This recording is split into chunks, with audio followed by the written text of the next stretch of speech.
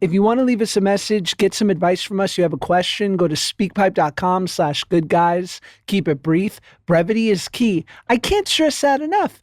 And make it questions or advice and nothing else. The first one is from Anonymous. Hey, good guys, huge moron, huge toaster. I just want to let you know that my fiance and I have a joint lifetime membership, and we both go to the sauna and the steam room after we work out. I wear a sports bra and shorts. He wears, apparently, nothing. He goes with his best friend, and I asked him what he wears in the steam room, and he said, nothing. I said, do you have a towel over him? And he kind of hesitated, and I'm wondering if it is weird to go with your best friend into a steam room with nothing on. How do you have the towel? Do you have it wrapped around your waist? Do you have it open? He said the steam, you can't see anything. I am so weirded out, and ever since I told him, he's very self-conscious about this. Please let me know. I love y'all. Thank you. I'm floored. I'm completely floored. First of all, let's take a step back, Josh. Okay. What is a joint lifetime membership? It's Lifetime Fitness. Lifetime Fitness, but you can pay there's a couples fee? They have that at a lot of gyms, or a family fee.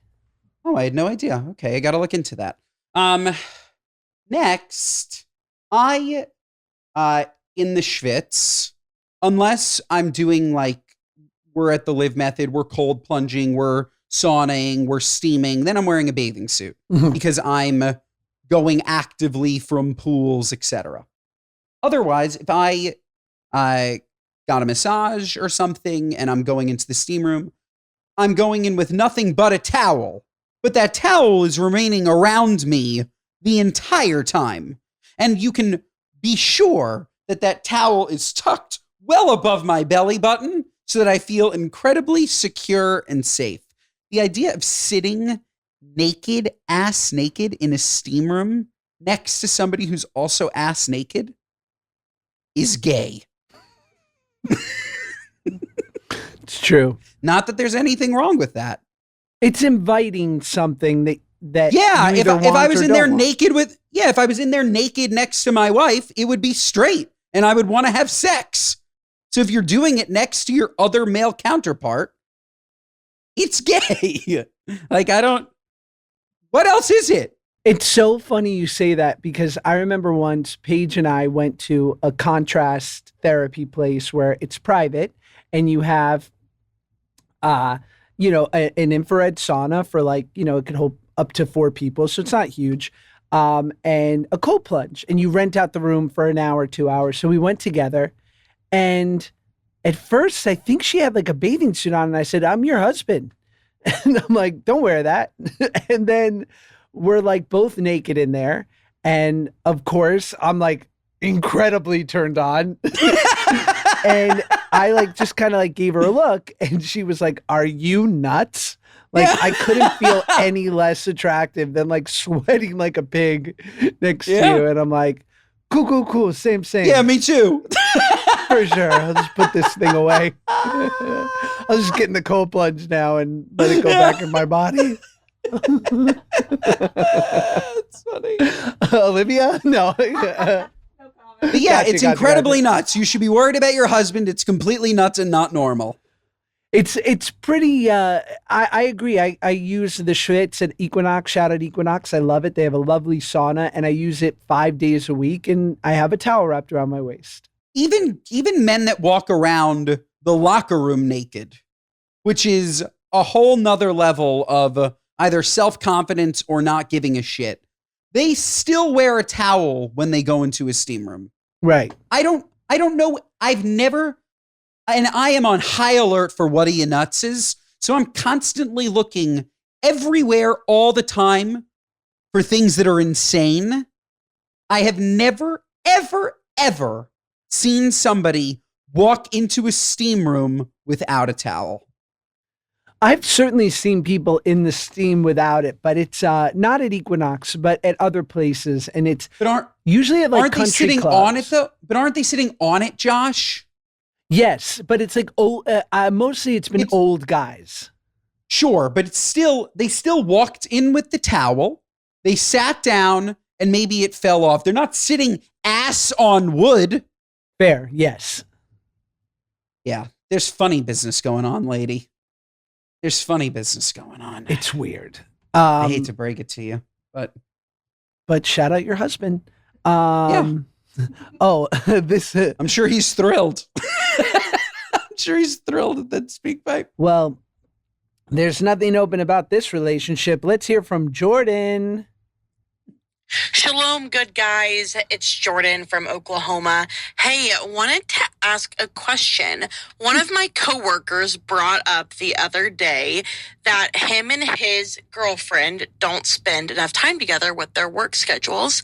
And he told me that he has a comfy chair in his bathroom for his fiance to sit in while he's taking his shits because he shits for so long.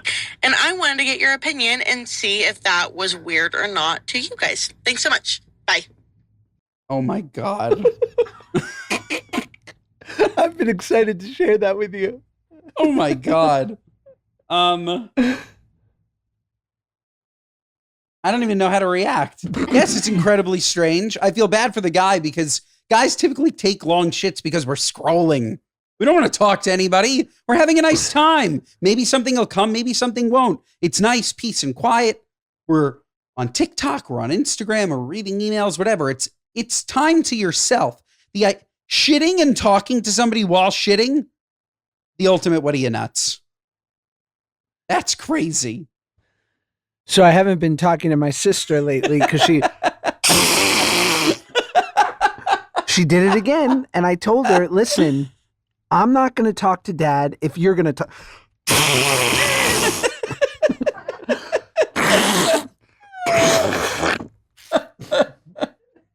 Yucky. So I'm up for that promotion, right? So they wanted to know if I had leadership quality.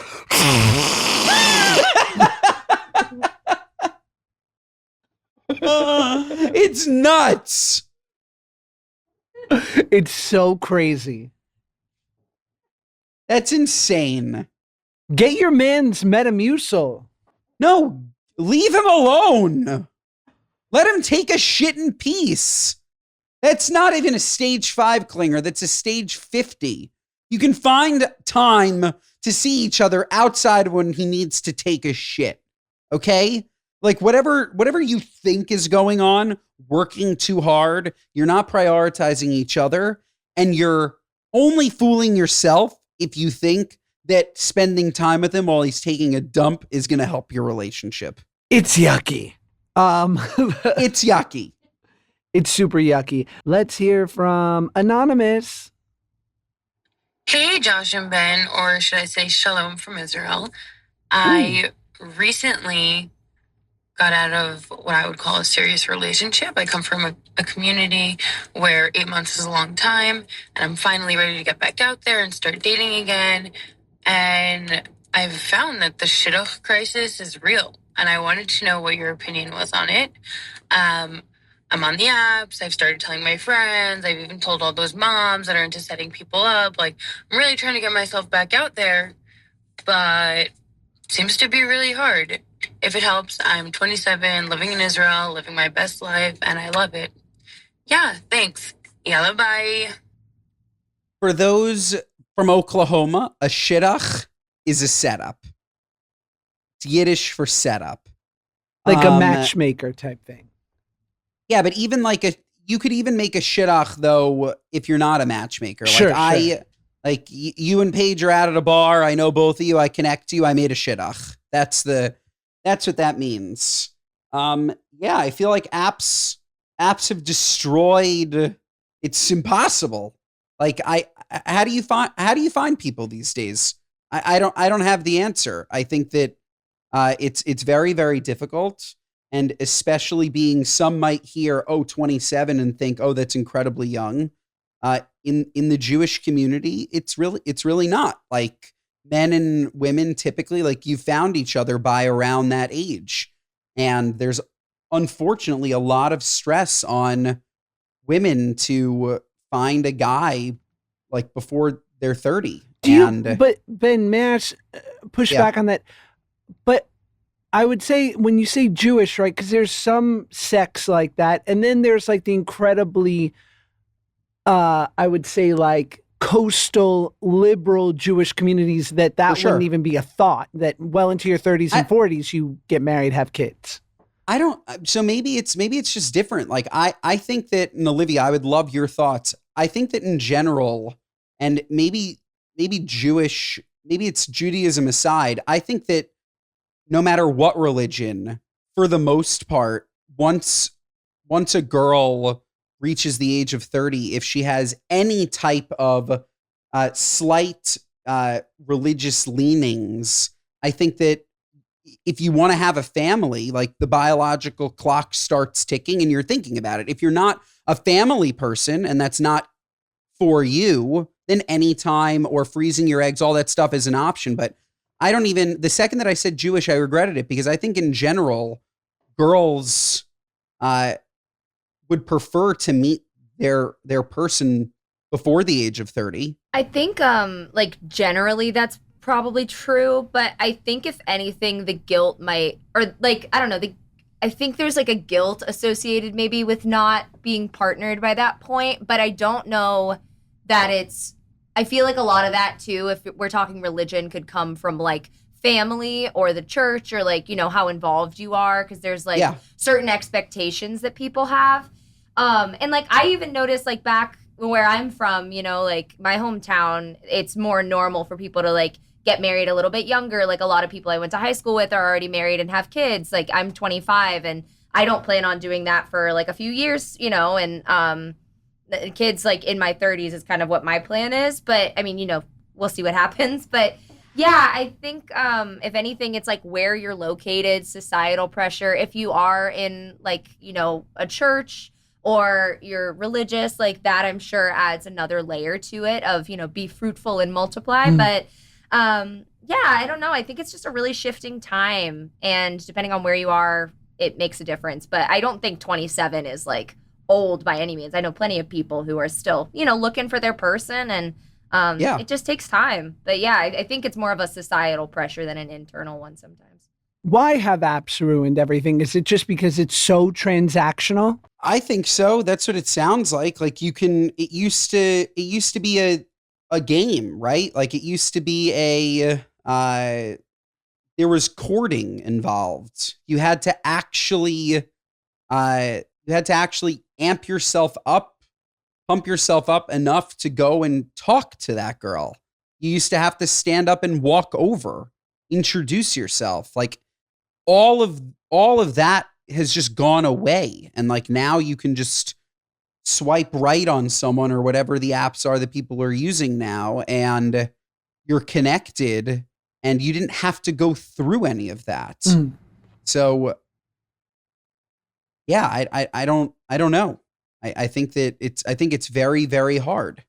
And I see it again, maybe it's just specific to New York, but I hear what she said from a lot of New York girls in their late 20s, early 30s, that dating has never been harder. Well, to our Israeli listener, Ma neshma, chobisera, yella habibi. I think that there is something uniquely exciting. I remember once I was eating at the sushi restaurant. I was like 24 years old, and this girl made eyes at me from across the sushi bar. And I remember asking her, when you like smiled at me, what were you thinking? She was like, that this guy's really into his tempura. But we smiled at each other. And I remember I didn't say anything, but like we happened to be leaving at the same time. And she was like there with some coworkers. And I just was like, well, I gotta, if I'm going to do it, I got to do it. And I was like, hi, how are you? And we just chatted for a minute, and I got her phone number, and we went on a couple of dates. But it was exciting, and it took some skin in the game. It's exciting. That's the other, it's endorphins, Josh. Like, do you get, again, like I missed the apps. Me too. Do you still get endorphins from them saying yes? Like, do you like, Like the idea of walking up to a girl, asking her out, and her saying yes, there was no greater feeling in the whole world than having that successful encounter. But now with apps, like, is it still even, is that even a thing? That's the thing, right? Because you know that if it doesn't work out, then you're gonna have 100 other choices, like right there. Whereas if you met a cute person at the gym or at sushi, like when did that happen? Like maybe you got 2 or 3 of those a month. So it was more precious, and you gave a little bit more. You tried a little bit harder. Yeah. Crazy. Damn apps. Crazy. Well, yeah, so we have no advice for you, but good luck.